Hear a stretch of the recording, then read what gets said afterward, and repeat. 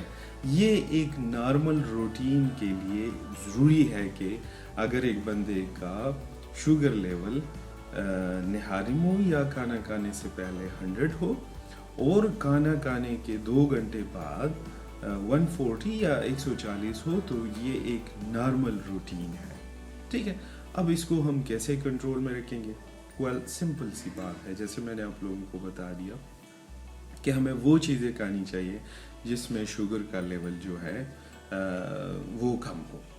اب بہت سے لوگ مجھ سے یہی پوچھتے ہیں کہ ڈاکٹر صاحب ہم کیا کھائیں اور کیا نہ کھائیں.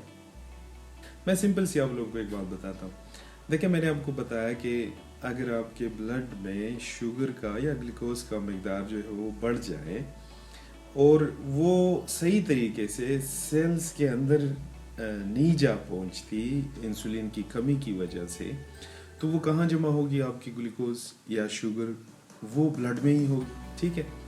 اب آپ یہ دیکھیں کہ مثال کے طور پہ اگر آپ چینی کھاؤ گے یا کوئی بھی میٹھی چیز ہو جو اسٹریٹ اوے آپ کے ہمارا جو زبان ہے اس کے جیسے ہم اپنے منہ میں رکھیں گے اور وہ ہمیں میٹھا لگے، تو اس کا مطلب یہی ہے کہ اس میں شوگر کا جو مقدار ہے وہ بہت زیادہ ہے. اور جو بھی میٹھی چیز ہوتی ہے وہ اسٹریٹ اوے یعنی ود ان 15 منٹس وہ ہمارے بلڈ میں اس کا جو اثر ہے وہ شروع ہو جائے گا اور وہ اسٹریٹ اوے بلڈ میں آسانی سے جا پہنچ جائے گی.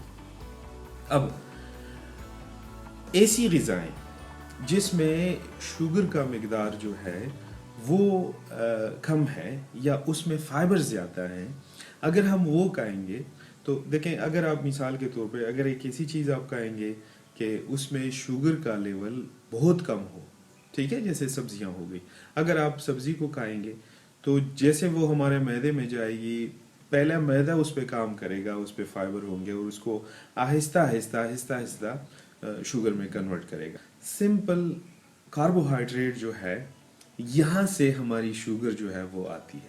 ٹھیک ہے. اب اس میں 2 طرح کے کاربوہائیڈریٹ ہے.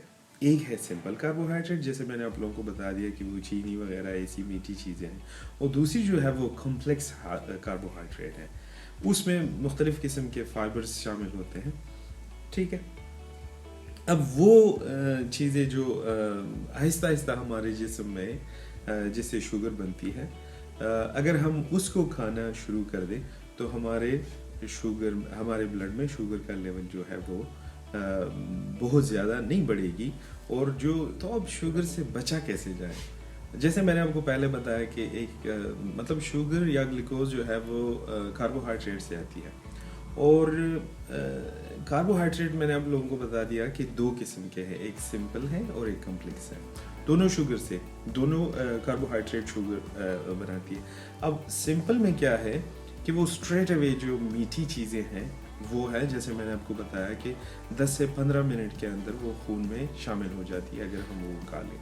اور باقی جو کمپلیکس کاربوہائیڈریٹ ہے اگر وہ ہم کھا لیں تو وہ معدہ کے مطلب جب معدے تک جائے گی، پھر اس کو معدہ اس پہ کام کرے گی تو تقریباً 2-2.5 گھنٹے تک وہ 2-2.5 گھنٹے کے بعد وہ ہمارے خون میں مطلب جمع ہونا شروع ہو جائے گی. اب سمپل سی بات ہے، اکثر لوگ یہ پوچھتے رہتے ہیں کہ ویسے تو نیٹ پہ بھی بہت زیادہ چارٹس اویلیبل ہیں، ڈائٹ چارٹ اویلیبل ہیں، اور ہمیں کیا کرنا چاہیے؟ سمپل سی بات ہے، آپ گھر میں بھی بنا سکتے ہو. اپنے گھر پہ بیٹھ جائیں اور ایک لسٹ بنائیں اور اس میں یہ دیکھیں کہ ایک سمپل کاربوہائیڈریٹ کیا چیز ہے اور کمپلیکس کاربوہائیڈریٹ کیا چیز ہے. ٹھیک ہے. سمپل میں جیسے میں نے آپ کو بتایا کہ وہ چیزیں یا وہ فروٹ یا وہ تمام اشیاء آ جاتی ہے جس میں چینی کا مقدار بہت زیادہ ہو، یا وہ اسٹریٹ اوے میٹھی یا مٹھائی ہو گئی یا کوئی بھی ایسی گلاب جامن وغیرہ ہو گئی کہ وہ اسٹریٹ اوے جیسے آپ کھاؤ گے تو وہ ود ان 10 to 15 منٹس آپ کے بلڈ میں اسٹریٹ اوے چلی جاتی ہے. ٹھیک ہے. اب کمپلیکس کاربوہائیڈریٹ کون سی ہے؟ اب مثال کے طور پہ اگر آپ نے جوار کی روٹی کھا لی، آپ نے کوئی ایسی چیز یا جو آپ نے سبزی کھا لی، سلاد کھا لیا، تو وہ تقریباً وہاں سے وہ بھی کاربوہائیڈریٹ وہ اس سے بھی چینی بنتی ہے. جیسے میں نے آپ لوگوں کو بتا دیا، اس سے ہوتا کیا ہے کہ اس سے جو مطلب وہاں سے جو گلوکوز بنتی ہے وہ تقریباً 2-2.5 گھنٹے بعد ہمارے بلڈ میں آنا شروع ہو جاتی ہے. ٹھیک ہے.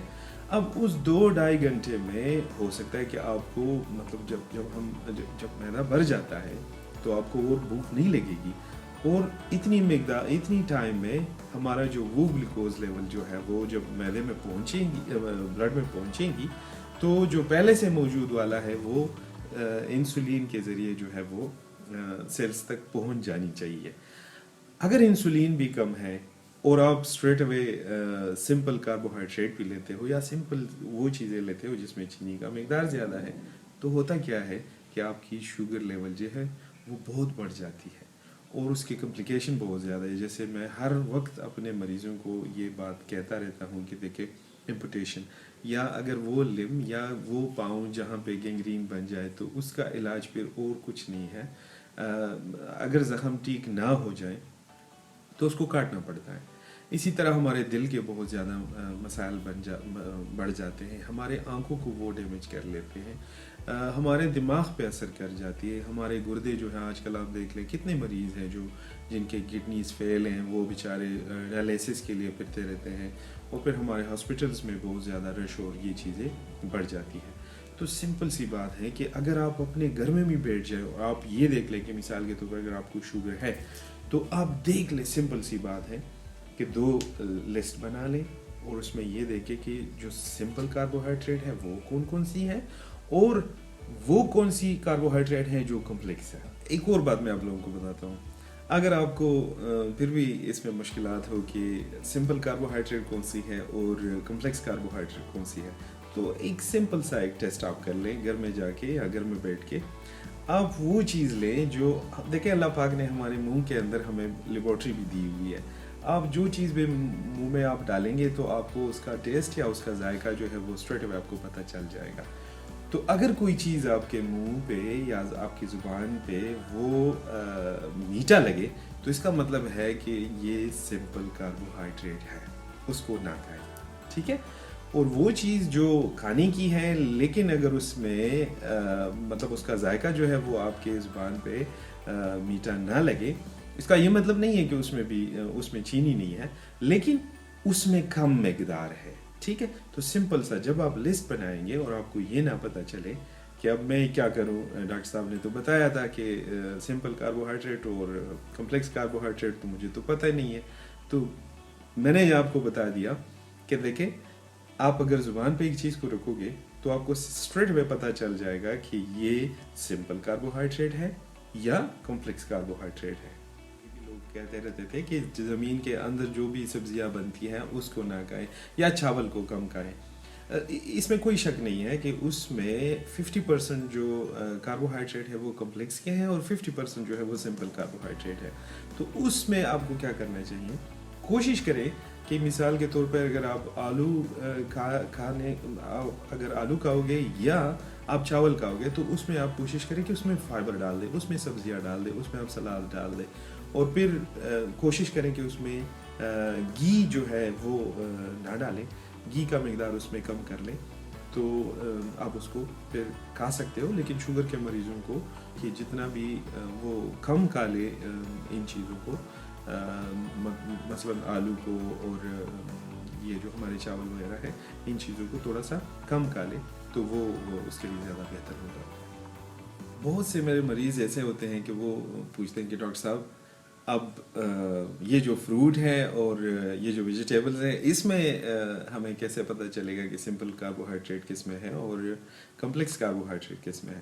سمپل سی بات ہے، اس میں بھی وہ فروٹ جو آپ اسٹریٹ اوے آپ اپنی زبان پہ رکھتے ہو اور وہ آپ کو میٹھا لگے تو اس کا مطلب ہے کہ اس میں سمپل کاربوہائیڈریٹ کی مقدار زیادہ ہے، اس میں سمپل مٹاس زیادہ ہے، اور وہ سبزیاں یا وہ پھل جس میں آپ کو مٹاس کم لگے، جیسے میں آپ کو ایک مثال دیتا ہوں، اگر آپ آم کو کھائیں گے تو آم آپ کی زبان پہ کیسا لگے گا؟ اسٹریٹ اوے آپ کو بہت زیادہ مٹاس اس سے ملے گی اور وہ جو ہے وہ سمپل کاربوہائیڈریٹ میں آ جاتی ہے، ٹھیک ہے۔ اس کا یہ مطلب نہیں کہ آپ آم نہیں کھا سکتے، کھا سکتے ہو، لیکن اس کا پھر ایک طریقہ ہے، اس کے لیے پھر ہم کیلوریز کو کاؤنٹ کرتے ہیں اور اس حساب سے پھر ہم پیشنٹ کو بولتے ہیں کہ چلو اگر ہفتے میں مہینے میں اگر اس کو ایک آم، وہ بھی بہت زیادہ جو میٹھا ہو وہ نہیں کھا سکے گا، ٹھیک ہے۔ اب ایسے آپ ایک اور پھل دیکھ لیں، جیسے انار ہو گیا. انار میں دو قسم کے انار ہوتے ہیں. ایک سے ہم وہ انار دانہ جس سے بناتے ہیں، جس کا وہ جو ذائقہ ہے وہ تھوڑا سا مطلب کڑوا تو نہیں ہوتا لیکن ترش ہوتا ہے. وہ انار آپ کھا سکتے ہو. میرے خیال میں اس کا کلر جو ہے وہ وائٹ ہوتا ہے، اس کے دانوں کا کلر جو ہے وہ تھوڑا سا وائٹ ہوتا ہے، تو وہ آپ کھا سکتے ہو. اور جو ریڈ وہ ہوتا ہے اور بہت زیادہ میٹھا ہوتا ہے، وہ آپ کوشش کریں کہ اس کو اوائڈ کر لیں، کیونکہ وہ سمپل کاربوہائیڈریٹ میں آ جائے گی. اسی طرح آپ امرود لے لیں تو امرود آپ کھا سکتے ہو. یا اگر آپ مثال کے طور پہ تربوز لے لیں، اس میں بھی وہ والا جو بہت زیادہ میٹھا ہو وہ آپ نہیں کھا سکتے. ٹھیک ہے، تو گریپ فروٹ آپ کھا سکتے ہو.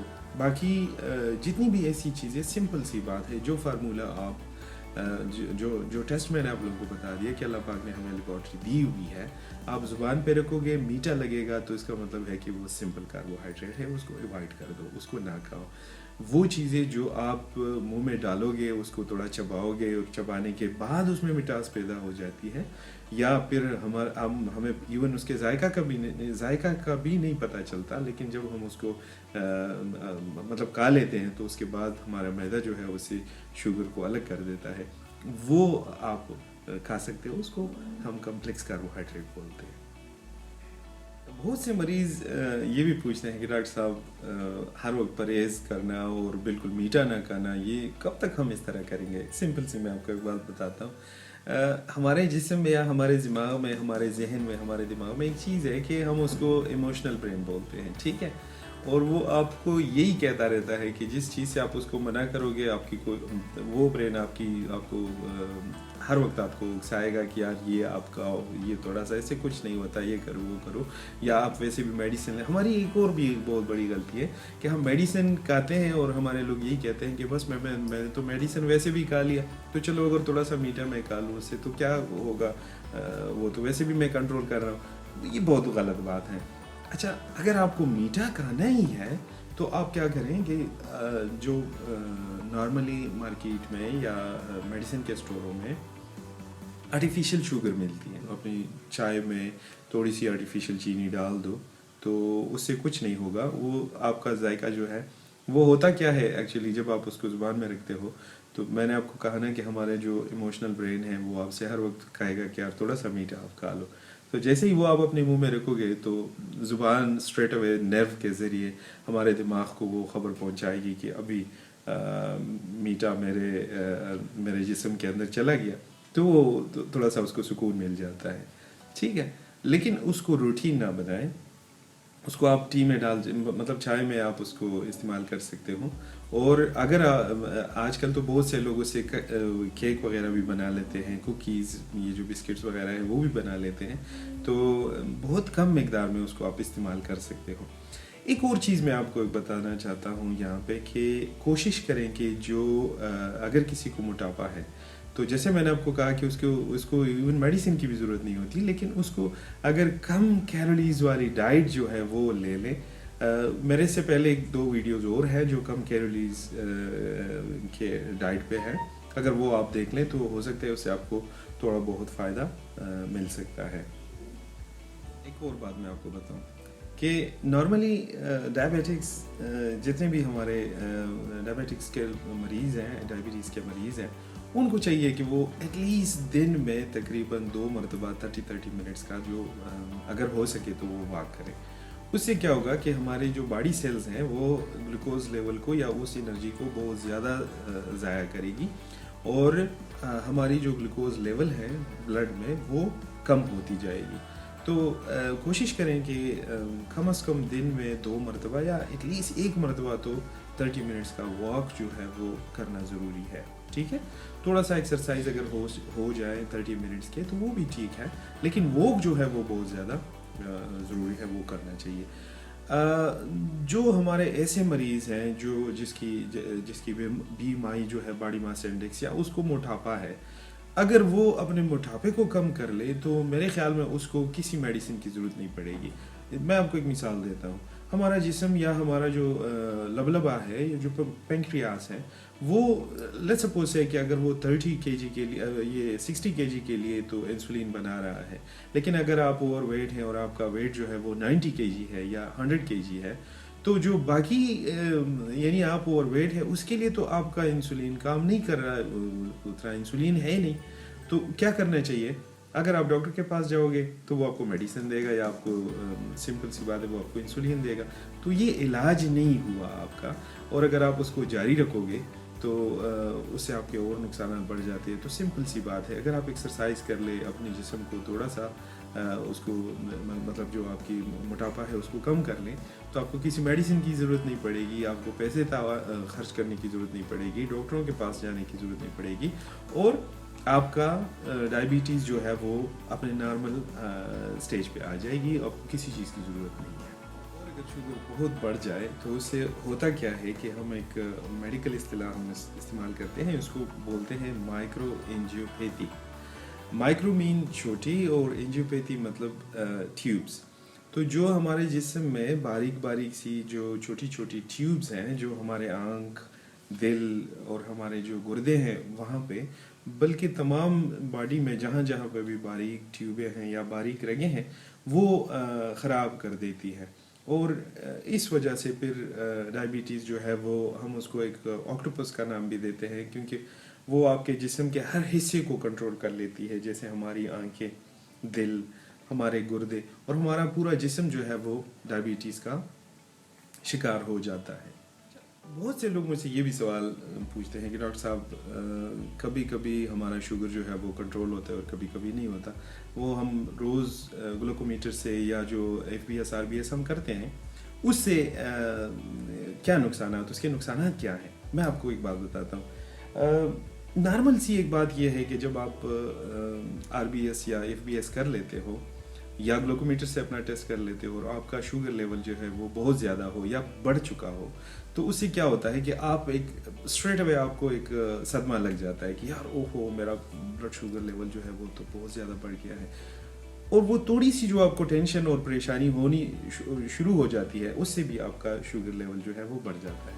تو ایک تو اس لیے وہ نہیں کرنی چاہیے. دوسری بات یہ کہ اگر لیٹس سپوز سے اگر وہ آپ کا کم آ جائے، اس میں ہوتا یہ ہے کہ پھر ہم تھوڑی سی مطلب زیادہ خوشی محسوس کرتے ہیں اور اس خوشی کے دوران ہم بد پرہیزی کر لیتے ہیں کہ یار اب تو میرا شوگر لیول جو ہے ماشاءاللہ آج تو بہت نارمل ہے، چلو میں ایک تھوڑا سا ایک رسگولا کھا لیتا ہوں، اسے کیا ہوتا ہے.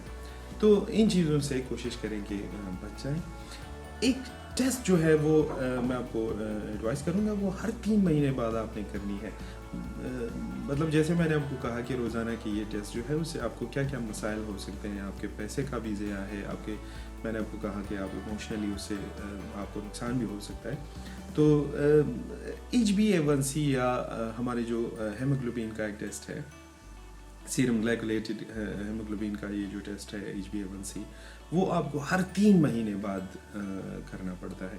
اور اس میں ہوتا کیا ہے کہ ہمیں اس سے آپ کے 3 مہینے کا پورا ریکارڈ جو ہے وہ ہمیں پتہ چل جاتا ہے.